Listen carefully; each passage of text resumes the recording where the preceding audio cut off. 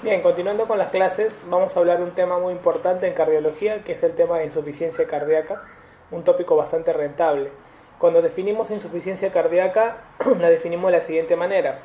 Es un gasto cardíaco insuficiente para las necesidades metabólicas del organismo, o en caso de que lo consiga, lo hace a expensas de presiones que pueden producir síntomas por congestión retrógrada. El paciente con insuficiencia cardíaca es un paciente que no logra llegar a la meta de poder satisfacer las necesidades metabólicas, sea oxígeno, sea nutrientes que lleguen a los demás tejidos. Y por lo tanto, si lo hiciera, lo va a hacer a expensas de hacer una sintomatología retrógrada. Hablamos de congestión pulmonar generalmente asociada a problemas de falla cardíaca entre la izquierda y la derecha, la más frecuente es la izquierda. ¿Ok? Las causas, ustedes las saben. En primer puesto tenemos a la cardiopatía isquémica como primera causa, el segundo la hipertensión arterial y el tercero las valvulopatías, ¿no? Como causas más importantes. Estas causas lo que hacen es daño miocárdico. El daño miocárdico establecido primero por una disfunción diastólica y luego una disfunción sistólica hacen de que primero origine debido a una insuficiente contracción, un poco aporte de oxígeno a los tejidos, dando síntomas anterógrados inicialmente.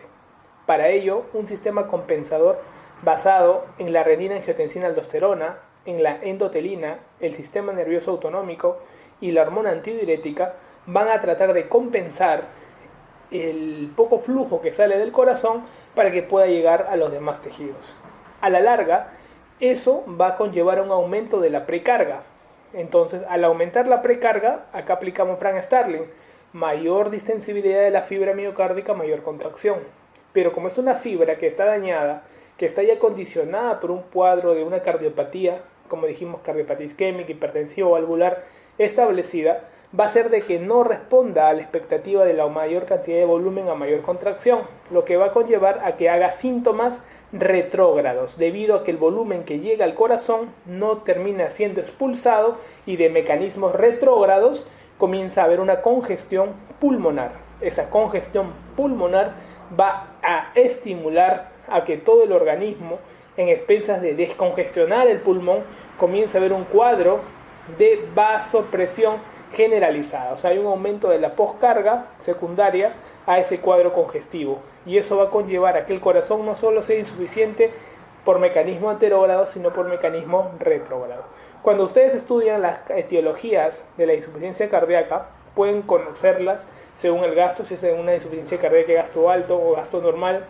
Pueden hablar de que hay una insuficiencia de tipo sistólico, donde la fracción de eyección se ve comprometida, o una insuficiencia cardíaca de tipo diastólico, donde la fracción de eyección no se ve comprometida, o según el tipo o lugar de la insuficiencia cardíaca, sea una insuficiencia izquierda, que es lo más frecuente, o una insuficiencia derecha, que generalmente es secundaria a una insuficiencia izquierda, y se da en muchos casos en el famoso cor pulmonar, que no es más la claudicación del ventrículo derecho por un cuadro de hipertensión pulmonar.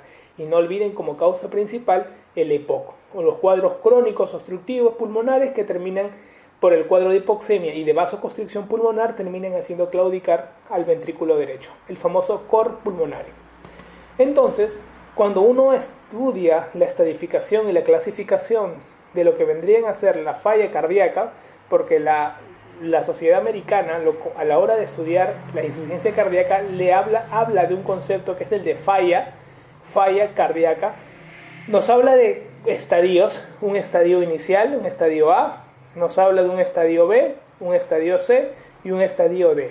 Esa forma de clasificar la falla mediante estadios hace de que tenga una condición, que un estadio C no puede pasar a un estadio B, ni un estadio D no puede pasar a un estadio C. Quiere decir que la clasificación de falla cardíaca no es reversible por tratamiento médico o tratamiento quirúrgico. Generalmente el avance de los estadios es progresivo en el término de falla cardíaca. Esto es importante, puesto cuando uno está hablando de una falla C o una falla B, sabe que no va a volver a una falla B, a diferencia de la clasificación sintomática de disnea. Cuando uno hace la clasificación, por ejemplo, de los cuadros anginosos, ¿no?, equivalentes de la clasificación de Nueva York, que es recontra famosa, uno hablaba de un NIHA 1, NIHA 2, NIHA 3, claro, pero era la disnea la angina equivalente que aparecía en los pacientes descompensados por un cuadro coronario. Y funcionalmente tú podrías pasar un paciente de un IJA 3 a un IJA 4 a un IJA 2. Muy bien, pero estos estadios hablan de un estadio de falla cardíaca según la última guía. Y un estadio D o un estadio C puede acompañarse de un IJA 3 o un IJA 2 independientemente, porque el otro es funcional, más esto es estructural. Y acá no hay un mecanismo reversible que pase de una falla D a una falla B a una falla C. Recordar que esta clasificación es la clasificación americana, no la utiliza la clasificación europea. Cuando ustedes hablen de la fisiopatología, saben muy bien que los mecanismos primero comienzan anterógrados y luego terminan siendo retrógrados. En algunos casos van a observar la evolución tranquila de todo el cuadro, primero con una alteración diastólica, luego sistólica, una hipertrofia y luego una dilatación anormal del corazón, que van a terminar viendo la progresión de fallas según la disminución de la fracción de eyección, que vendría a ser el marcador pronóstico más importante en insuficiencia cardíaca. Importante cuando veamos las diferentes causas de insuficiencia cardíaca, poder diferenciar a la hora de hacer el ecocardiograma en dos, en una falla o una insuficiencia de tipo sistólica o diastólica. Recordar ustedes que la causa más frecuente de insuficiencia de tipo sistólica es la cardiopatía isquémica. Y recordar ustedes que la falla más frecuente o la causa más frecuente de insuficiencia cardíaca de tipo diastólica es la cardiopatía hipertensiva. En la sistólica ustedes ven disminución de la fracción de eyección por una cardiodilatación. En cambio, en la diastólica, al haber un aumento del ventrículo por una hipertrofia, generalmente la fracción de eyección es normal, y no porque sea normal no tiene insuficiencia cardíaca. Recordar también ustedes que a la hora de ver la forma de estudiar una u otra, no solamente deben recordar la fracción de eyección, sino también los estados de dilatación e hipertrofia. La sistólica tiende a atender un estado de dilatación, y en algunos pacientes, incluso de insuficiencia cardíaca, cuando se le ofrece un tratamiento quirúrgico, hacemos remodelado ventricular, dependiendo de que tenga criterios para hacer un remodelamiento ventricular. Y en algunos pacientes con insuficiencia cardíaca de tipo diastólica, vemos que hay una hipertrofia considerable, sobre todo en los pacientes hipertensos, como hemos visto como causa, tienden a hacer una hipertrofia concéntrica bastante considerable y que eso a la larga termina dando una dilatación previa como una dilatación auricular, por eso es que se asocia mucho a fibrilación auricular. Es importante también recordar que la fracción de eyección es un valor pronóstico. Ustedes saben que la fracción de eyección se halla básicamente del volumen expelido por el ventrículo izquierdo entre el volumen telediastólico, el volumen final de llenado que había. La cantidad que ha eliminado de lo que había llenado me va a hallar la fracción de eyección. La fracción de eyección en un paciente normal es mayor de 55%. Cuando hablamos que tenga menor de 50%, hablamos que tiene algún grado de insuficiencia cardíaca. Entre 40 y lo que vendría a ser 50 hablamos de un borderline, y cuando es menos de 40 hablamos de que hay una depresión miocárdica, y cuando hay menos de 30 decimos que la depresión miocárdica es de tipo severa. En los pacientes cuando tienen una fracción de eyección menor de 20% se habla como tratamiento único del trasplante cardíaco. Por eso es importante saber en qué grado de factor de fracción de eyección lo tenemos al paciente para poder ver el factor pronóstico futuro. No solamente la fracción de eyección es un mecanismo pronóstico, más adelante veremos el ProBNP como un marcador pronóstico de cardiopatía cuando este es mayor de 400, generalmente dosado así el paciente no tenga síntomas. Cuando uno diagnostica la insuficiencia cardíaca, ustedes saben el estudio Framingham, el estudio con más años de seguimiento, el cual ha permitido diagnosticar los factores cardiovasculares claramente establecidos, y en el cual ustedes pueden, al estudiar la insuficiencia cardíaca, poder ver cuáles son los criterios mayores de insuficiencia cardíaca. Para ver los criterios mayores de insuficiencia cardíaca, ustedes tienen clásicamente la disnea paroxística nocturna, la más preguntada de todos los criterios mayores, la ingurgitación yugular, la cardiomegalia, los estertores o los ruidos asociados dentro de una congestión pulmonar en una insuficiencia cardíaca, el edema agudo de pulmón. Pueden observar ustedes un tercer ruido, y esto es muy importante, ya que cuando ustedes estén con un tercer ruido, pregunta de examen, algunos piensan que es el cuarto ruido, basta que haya un tercer ruido, que si bien puede aparecer en estados fisiológicos, en la insuficiencia cardíaca se considera un criterio mayor patológico diagnóstico. Aparte de ello, también podemos ver un reflujo hepatoyugular positivo y también una presión venosa yugular elevada, generalmente más de 16 centímetros de agua. El valor normal no debería pasar de 12 centímetros de agua. En estos pacientes vemos que está más elevado. Con estos criterios, estos 8 criterios mayores, uno con 2 de ellos ya puede hacer el diagnóstico de una insuficiencia cardíaca. Es importante saber que muchos de estos pacientes con insuficiencia cardíaca que llegan al hospital, lo único que quieren es terminar de desencharcarlos. El término desencharcar significa quitarle la congestión pulmonar, disminuirle el volumen de agua en los pulmones, y eso lo hace ¿quién? Un diurético, la furosemida. Van a observar ustedes que la furosemida termina descongestionando el pulmón, pero no necesariamente es un fármaco que ayude a mejorar la sobrevida en estos pacientes. Por lo tanto, son fármacos sintomáticos y hay fármacos que aumentan la sobrevida. Cuando ustedes vean lo que vendría a ser la gravedad de los síntomas y la actividad física según la clase funcional de estos pacientes, acá van a utilizar la clasificación NIJA y para ello van a ver actividad de fatiga, disnea, fatiga o alguna molestia asociada según la clase funcional que tengan. Esto apréndanselo porque esto les preguntan, y sobre todo que esta es la clase funcional que puede ser reversible con tratamiento médico. En cambio, a diferencia de la clasificación de falla estructural, donde no es reversible, hemos dicho, la progresión de cada uno de los estadios. Una utilidad importante es el péptido natriurético cerebral. El péptido natriurético cerebral, que se va a secretar generalmente en todo lo que vendrían a ser parte del músculo cardíaco que está prácticamente insuficiente. Lo que vemos nosotros en este péptido natriurético cerebral, a diferencia de la creación del péptido natriurético atrial, que se segrega en las venas pulmonares, en las zonas de bajo flujo, en la cavidad derecha, en cambio el péptido natriurético cerebral vemos que lo segrega el músculo ventricular insuficiente. Y vamos a ver nosotros que cuando los valores son más de 400 nos hablan de una insuficiencia cardíaca probable, y cuando sean menores de 100 es muy improbable. Puede servir para diagnóstico y para pronóstico. Para diagnóstico con los valores que les menciono, y para pronóstico se sabe de que estos pacientes tienen una relación casi lineal de los valores de péptido natriurético cerebral con la mortalidad global intrahospitalaria, por lo cual es muy importante a la hora de hospitalizar a estos pacientes insuficientes y dosarles estos marcadores serológicos.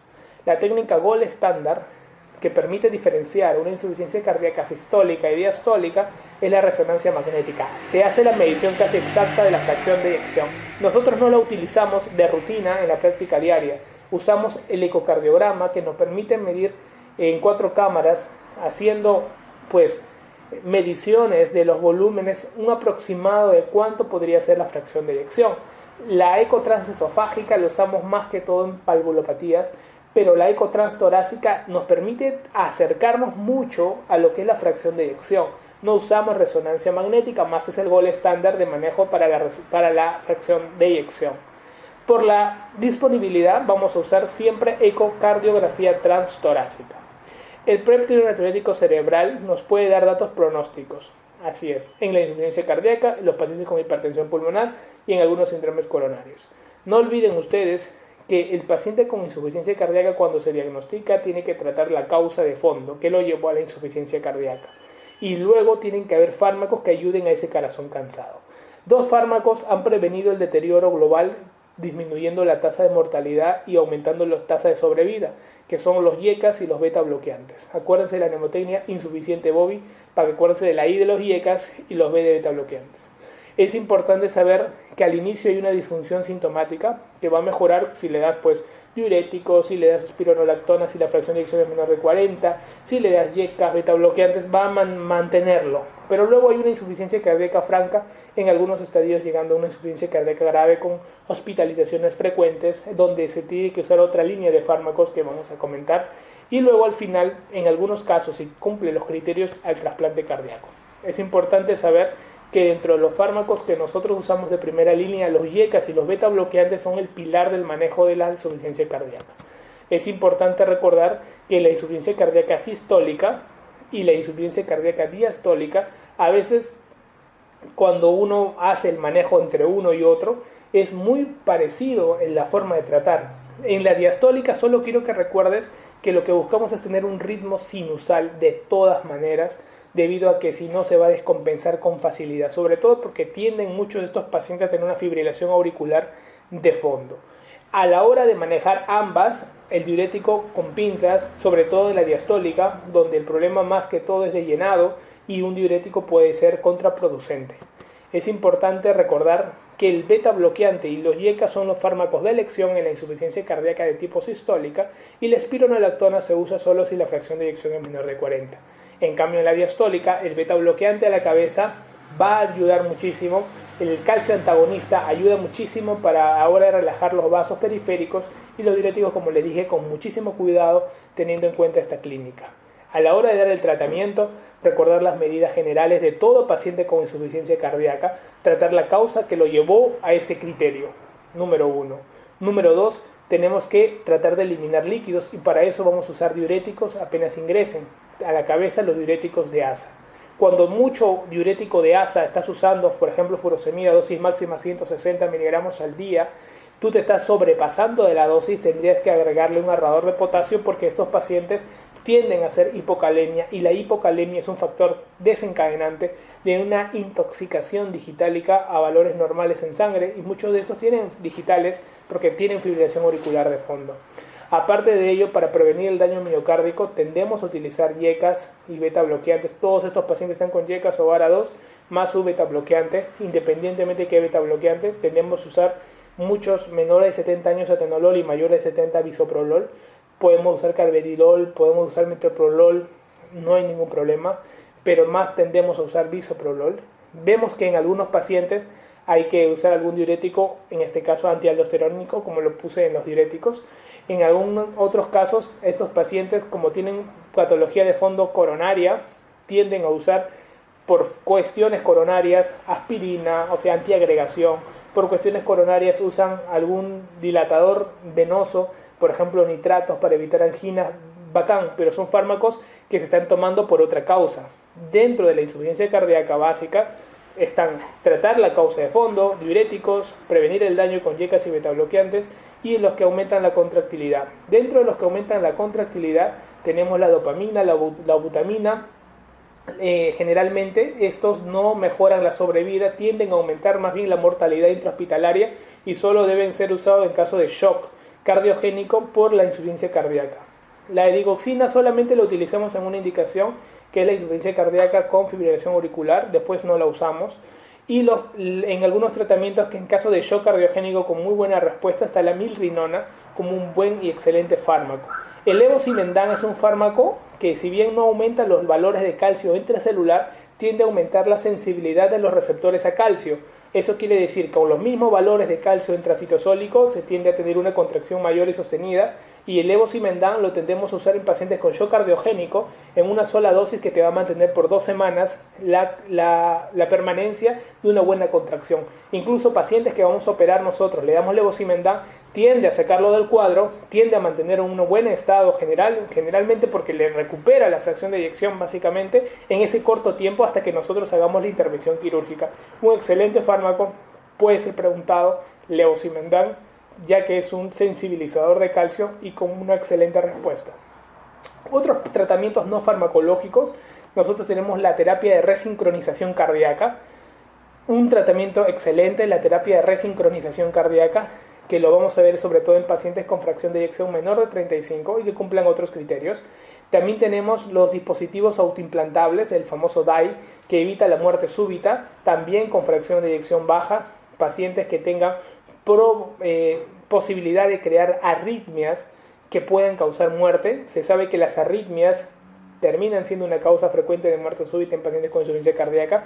La resincronización miocárdica y los que vendrían a ser los dispositivos autoimplantables son una excelente terapia en pacientes con una fracción de eyección muy baja, generalmente menores de 35%. Los valores de contrapulsación intraórtica tienden a mejorar un 20% el gasto cardíaco, tienden a mejorar el 0.5 el índice cardíaco, son una buena alternativa en pacientes con shock cardiogénico que van a ser intervenidos por otra causa hasta tratar la causa de fondo. ¿Okay? Es una buena medida de perfusión coronaria en diástole, ¿no? Balón de contrapulsación intraórtica.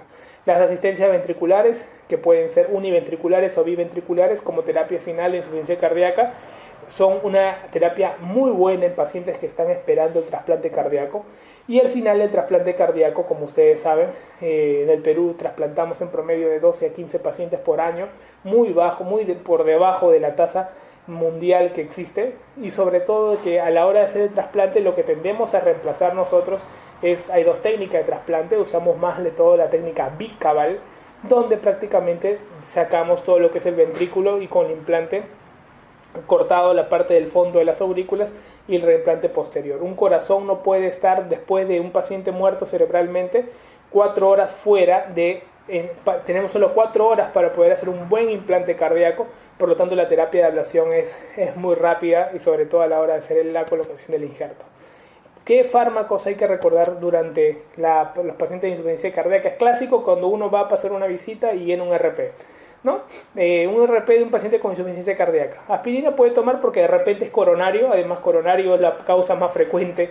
La insuficiencia coronaria es la causa más frecuente de insuficiencia cardíaca. Bacán, tranquilo, pero no necesariamente es un fármaco, como hemos dicho, de insuficiencia cardíaca. Los beta bloqueantes sí lo son y aumentan la sobrevida. Altamente preguntado este tema de beta bloqueante y aumento de sobrevida. Te lo preguntan sea por beta bloqueante como palabra, o te lo preguntan como carvedilol, metoprolol, bisoprolol. Te ponen todos. ¿Cuál aumenta la sobrevida? Por lo tanto, beta bloqueante, con la parte del video de farmacología, estúdialo bien, ya que es altamente preguntado y muy rentable. En lo que son yecas también mejoran la sobrevida, se acuerda de insuficiente Bobby, los dos son los fármacos. La digoxina hemos dicho que pueden tomar, la espironolactona aumenta la sobrevida, por eso que dijimos que el trapecio general es el BIE, beta bloqueante, yeca, espironolactona. La furosemida es más que todo sintomático, y el bloqueante de la hidroximetilglucarico enzima reductasa, o sea, una estatina, te ayuda dentro de un cuadro coronario. No necesariamente decimos de la insuficiencia cardíaca, pero sí dentro del cuadro coronario, muy importante. Por lo tanto, los beta bloqueantes quisiera que le prestes un poquito más de atención. Recuerda que los beta bloqueantes, cuando inicias en un paciente, no lo puedes iniciar con dosis total, dosis plena, sino un cuarto de dosis, y vas subiéndolo progresivamente, dependiendo. La mayoría de ellos se quejan de lo que vendría a ser el efecto más frecuente de los beta bloqueantes, el efecto adverso, que en este caso vendría a ser la fatiga o la astenia. Por lo tanto, tienes que ir ascendiéndole poco a poco la dosis de beta bloqueante, ¿no? Nunca usar un beta bloqueante en un paciente descompensado. Eso es muy importante, ya que el paciente que usa beta bloqueante debe estar compensado, con buena hidratación, porque tiende a beta bloquear el corazón, y lo poco que tenía de carga tiende a descompensarlo completamente. ¿Cuáles son las contraindicaciones de los beta bloqueantes que siempre preguntan? Bloqueo AB, paciente con asma, broncoespasmo o EPOC grave, siempre lo preguntan. Paciente con insuficiencia arterial periférica, también. Paciente con insuficiencia cardíaca descompensado, que sea por un edema pulmonar o un shock. Ojo con la diabetes, porque también tienden a tener un efecto hiperglicemiante, y aparte que tienden a bloquear los efectos neuroautonómicos cuando hay hipoglicemia. Tener cuidado con ello. Entonces, dentro de los fármacos que van a ver, estos son los más frecuentes en el manejo con beta bloqueo. Las terapias no farmacológicas, nuevamente, resincronización miocárdica. Ojo ahí, recordar la resincronización miocárdica tiene más que todo indicaciones en pacientes con bloqueo de rama izquierda con QRS ancho y con una clase funcional 3 o 4 y con una fracción menor de 35%. Ojo ahí. Los pacientes con desfibrilación o el DAI, el desfibrilador autoimplantable, generalmente acá te mencionan que las arritmias ventriculares son una causa importante de muerte, y el DAI permite una prevención primaria en pacientes con fracción de eyección menor de 30%. Ayuda ambas terapias no farmacológicas a disminuir la muerte por arritmia. El balón de contraposición, que tú ya lo sabes, y finalmente la terapia de trasplante, ¿no? En un paciente con edema agudo de pulmón, que es altamente frecuente que te llegue a tu emergencia, con un paciente con insuficiencia cardíaca, ¿qué es lo que nosotros vemos más frecuente? Primero, el edema agudo de pulmón puede ser cardiogénico o no lo puede ser, ¿ah? Ojo, pregunta de examen, no todo el edema agudo de pulmón es cardiogénico. Una intoxicación por plomo también te puede dar eso, o sea, no necesariamente.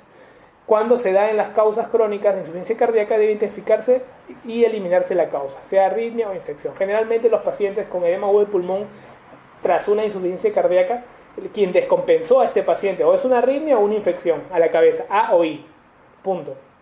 ¿Qué le damos? Primero le damos diuréticos de ASA para aliviar el edema agudo de pulmón, le damos oxígeno al 100%, lo hacemos que se siente para que disminuya el retorno venoso. Hacemos de que darle morfina reduce la ansiedad y aparte los estímulos adrenérgicos vasoconstrictores, una mínima cantidad de 3 miligramos, no más. Inotrópicos que podemos usar, usamos dobutamina o dopamina en caso de que requiera el paciente por un cuadro de hipotensión asociada, Y si la presión arterial generalmente es mayor, la sistólica mayor de 100, damos nitroprusato sódico. Tratamos de mantener presiones medias y menores de sistólica entre 80 y 100, no tratar de llevarlo a la hipotensión y tampoco que esté más arriba de lo que debe, porque tiende la congestión pulmonar a aumentar cuando el paciente tiende a la hipertensión dentro de ese cuadro. O sea, tratamos de manejar presiones sistólicas al límite, ni pasarnos, ¿ok? Entonces es importante en el manejo del edema agudo de pulmón. Muy bien, muchachos, este es el manejo de insuficiencia cardíaca, los datos claves, esperando que les haya gustado y ya nos veremos en las siguientes clases.